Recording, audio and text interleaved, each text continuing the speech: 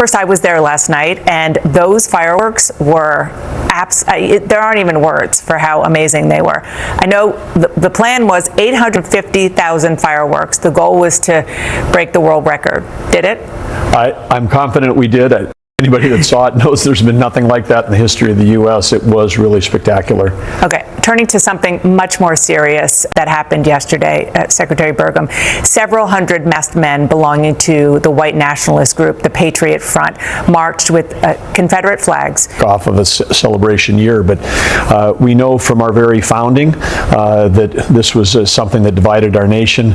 85 years after those brave patriots signed the Declaration of Independence, we fought in the bloodiest war America's ever fought, the Civil War, and it's, our nation survived thanks to the courage and leadership of Abraham Lincoln, and led us on a way. As we continue to move forward as a country, we can be an exceptional nation because our ideals are exceptional, that all men are created equal. Do you condemn this group and what they were doing, and most importantly, what they stand for? Well, I think that certainly what they stand for is nothing that I could possibly agree with, but one of the foundational principles of the United States which makes democracy messy is free speech.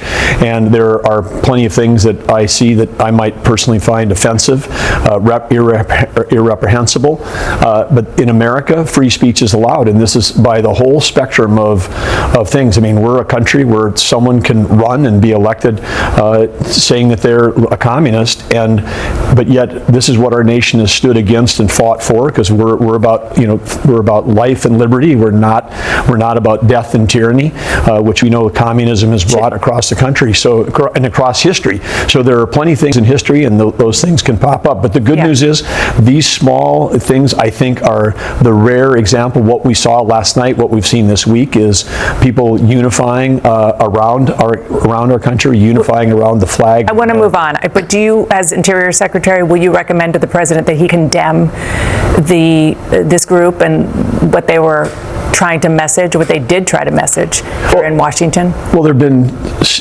Nana, part of my response to that is that there are protests on the mall that people say things that I think are irreprehensible about President Trump, and yet they're allowed to go on because of free speech in our country.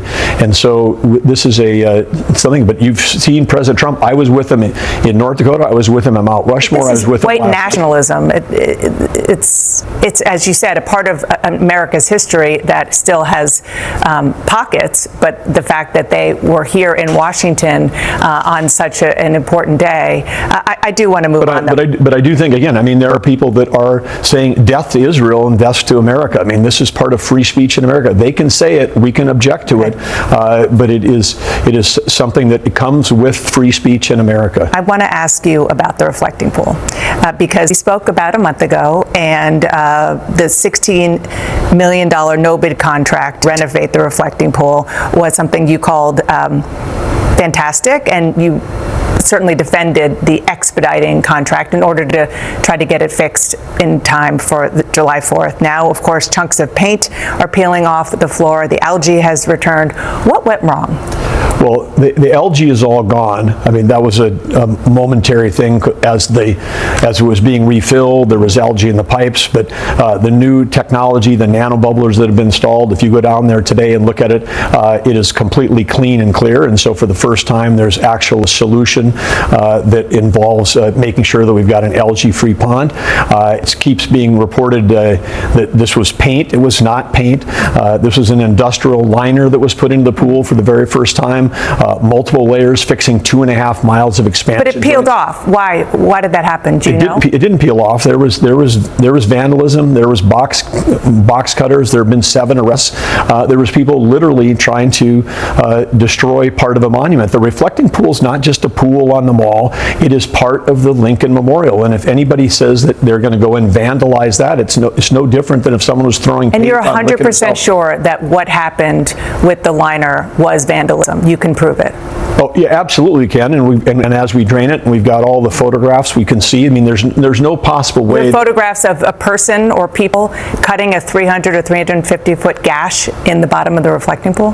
Dana, I'm not sure why you and others in the media think that you want to keep trying to question whether or not this is an industrial liner. Every farmer and rancher in America that's had their pickup liner lined by this sprayed-on liner knows that you literally, it would never just like peel off or fall off. This is like a strong material, and it's the size of 8 football fields.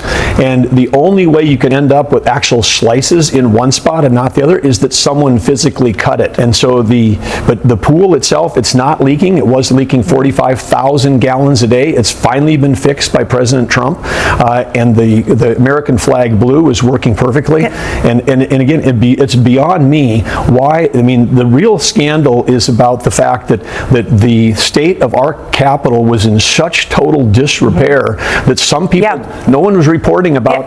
Was reporting about the pro-Hamas graffiti on the. Mr. Secretary, you and I talked about this last month. And we're still talking about it. Well, because it was July 4th, and the reflecting pool was prior to that in order to fix the reflecting pool. But it was closed because the largest fireworks display in the country we talked about was set up, and it lines either side of the reflecting pool. You can't have people around fireworks. Fence will come down. The fence was there because of the fireworks. Copy that.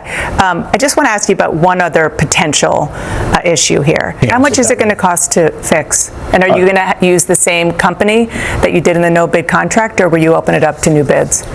We'll use the same company because they did a fantastic job. I mean, even with this damage of the gash that we're talking about, you're talking about, again, this is the size of 8 football fields. It is 8 acres, and we're talking about like 0.001%. Thankfully, the vandalism was small. It was bad. I mean, it could cost tens of thousands of dollars to repair, so then it could fall into a felony thing, just like damaging any other government property could. But it is this is the job that was done to fix the reflecting pool was done extremely well, and hopefully we can move on to this and just talk about how we can continue to do things like take care of this is the deferred maintenance problem. We have deferred maintenance problems across our parks. President Trump is ready to sign the Great American Outdoors Act, which would bring the dollars to help fix all of our parks, not just ones like the National Mall, which is free, but to help bring that across the country. Can I just ask you about the vandalism?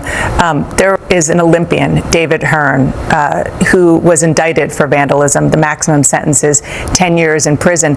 He says he didn't do anything other than reach into the reflecting pool and pull out and look at a piece of the liner that had already been cut. Do you really think he should face a 10-year prison sentence for doing this? This is somebody who competed for America and did extremely well there, and is saying he didn't do anything wrong?